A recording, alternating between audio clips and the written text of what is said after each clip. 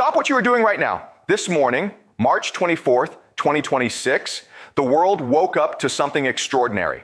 A war that has been burning for 24 days, a war that has killed thousands of people, shut down one of the most critical shipping lanes on Earth, and sent oil prices to levels not seen since the 1970s, suddenly paused. 5 days. That is all the time that exists right now between where we are and the next possible point of catastrophic escalation. Donald Trump, in an all-caps Truth Social post, declared progress toward a complete and total resolution of hostilities in the Middle East. Markets exploded upward within minutes.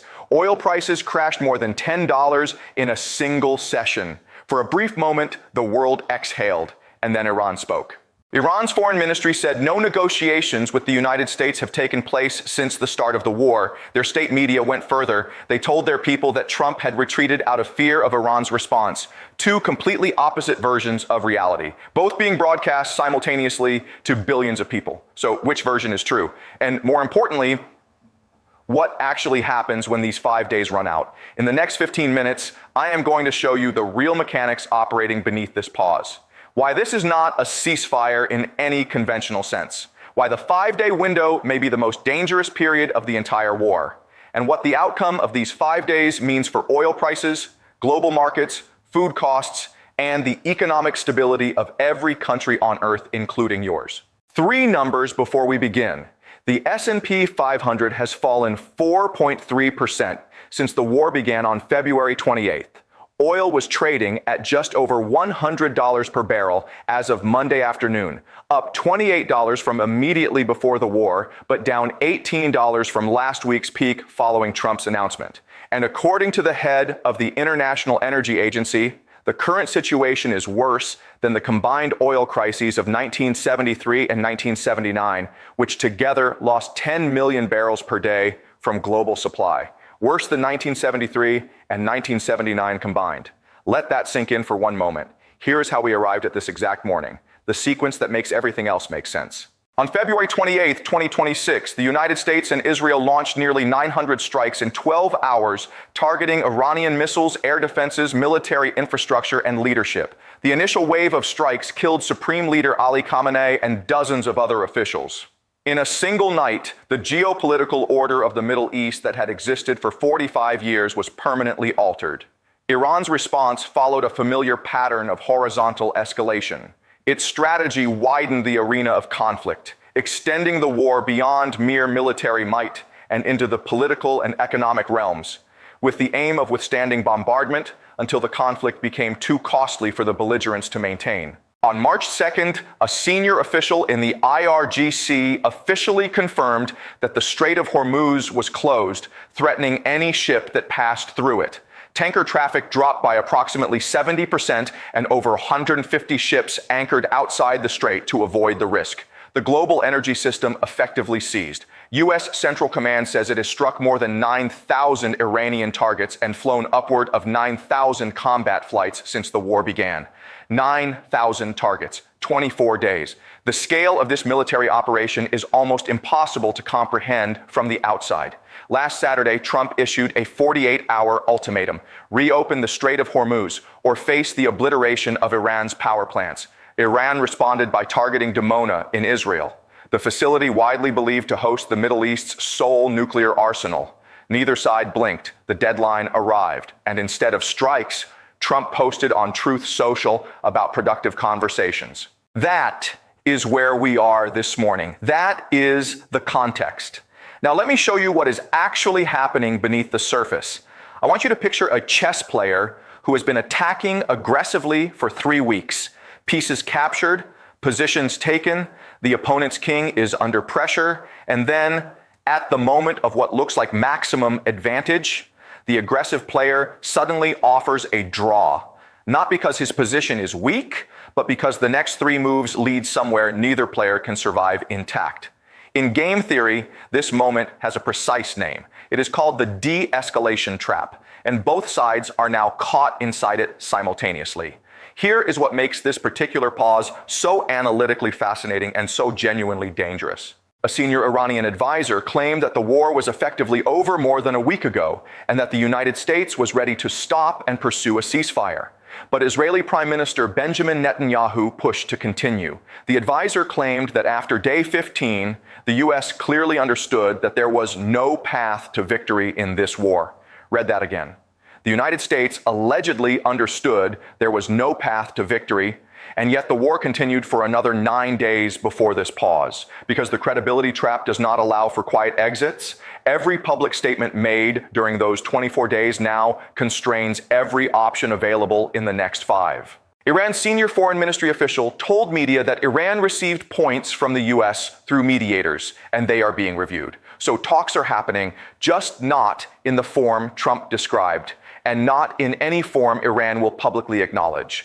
Both governments are managing 2 audiences simultaneously, their domestic population and the international community. And the stories they tell those 2 audiences are completely incompatible with each other. This is not confusion. This is the architecture of negotiations that both sides need to survive politically, even if they reach an agreement militarily. The sequence operating beneath this 5-day pause moves like this. Step 1. The Strait of Hormuz is not simply closed. It is weaponized. Iran's military spokesperson said Iran has full and powerful control over the Persian Gulf region, the territorial waters of Oman, and the Strait of Hormuz. They are not just blocking ships. They are demonstrating the capacity to control the economic lifeline of the entire industrialized world. Transiting through the Strait of Hormuz is completely off the charts for the rest of 2026 due to the uncertainty and security situation in the region.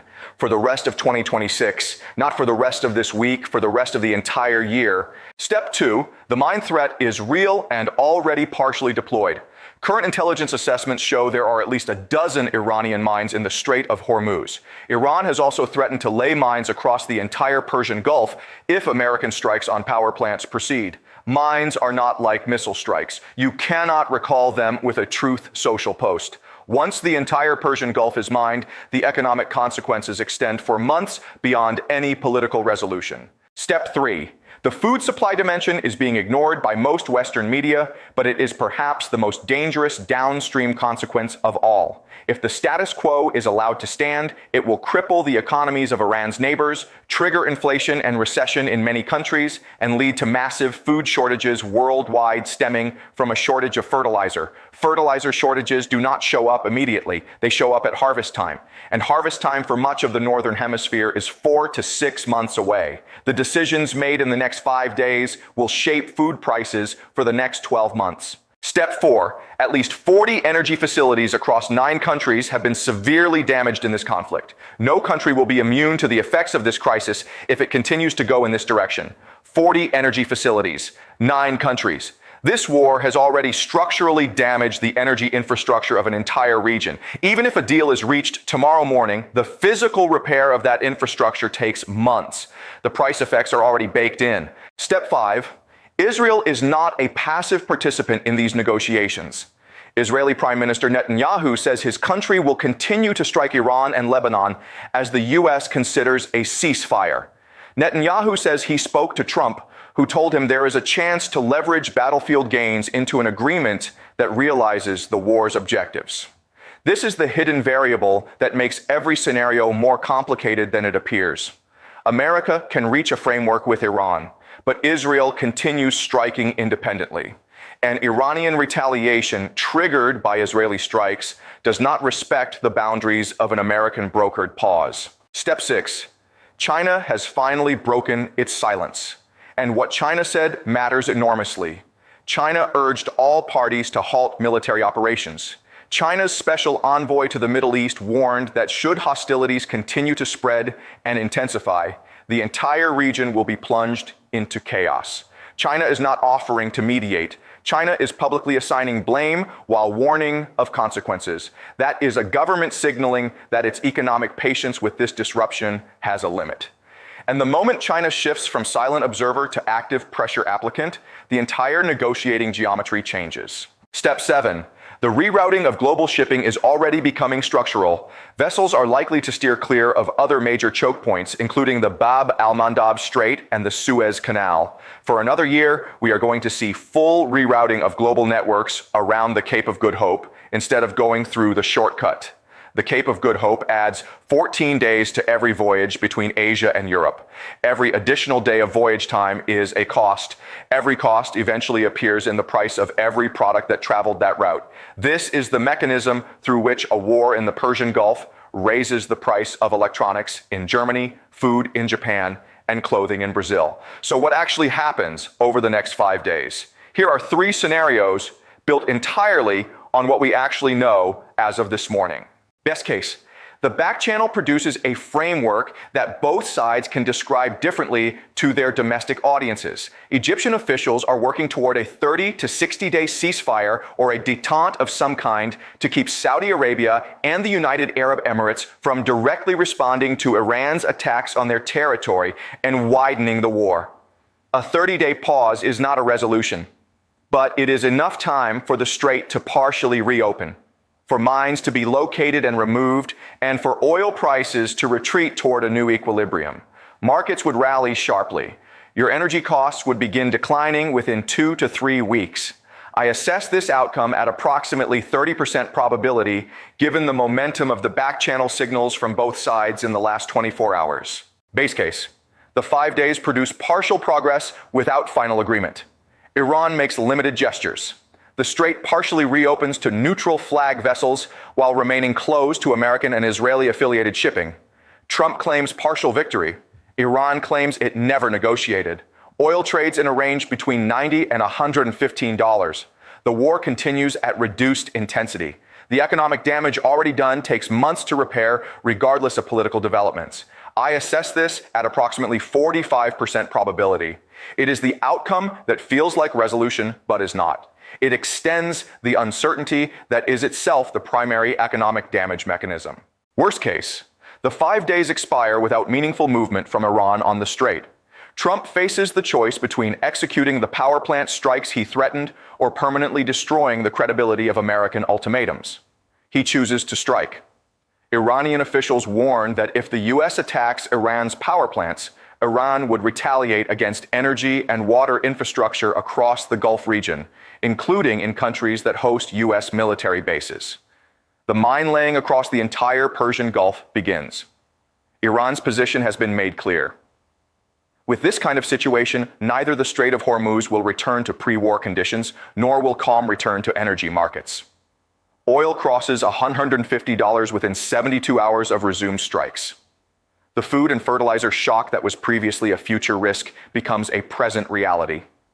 The S&P 500 gives up its Monday gains and falls to new war lows. I assess this at 25% probability. A 1 in 4 chance of the worst energy crisis in recorded history unfolding over the next 5 days. And this is where the honest analysis lands. There are only 2 exits from this trap, and both of them cost something that the leaders involved have spent 24 days insisting they would never pay. America can accept a deal that falls short of its stated objectives: no enrichment, full surrender of stockpiles, complete Iranian capitulation. Any deal achievable in 5 days will not meet those criteria. Accepting it means accepting a gap between the stated war aims and the negotiated outcome. Every adversary government on earth will study that gap carefully, or America continues striking. And the economic consequences that the International Energy Agency just described as worse than 1973 and 1979 combined get worse still. Iran's senior military advisor said the war will continue until Tehran receives full compensation for damage it has sustained. That is not a negotiating position. That is a statement of conditions that no American administration can publicly accept, which means that even if a deal is reached in the next 5 days, the underlying grievances that will define this relationship for the next decade have not been addressed. They have been deferred. The 5-day pause is not peace. It is the moment before the next decision. And the next decision will be made by governments under maximum domestic pressure, operating through back-channel communications that both sides are publicly denying, against a backdrop of ongoing Israeli strikes that neither government fully controls. Watch 3 specific signals in the next 48 hours. Watch whether Iran allows any additional neutral flagged vessels through the strait without incident. One ship passing freely through is worth more than 1,000 diplomatic statements. It means the signal has been received internally by the IRGC command structure. Watch the 30-day oil futures contract, not the headline price. The spread between spot and 30-day forward. When that spread compresses, it means institutional money is pricing in resolution. When it widens, they are pricing in escalation. The traders who are paid to be right are sending you a cleaner signal than any press briefing. And watch whether Iran's new supreme leader, Mojtaba Khamenei, makes a video appearance. Trump said he questioned whether the new supreme leader is even alive. Defense Secretary Hegseth claimed he was wounded and likely disfigured. If he appears publicly and speaks directly to the question of negotiations, every piece of the game theory above recalculates instantly.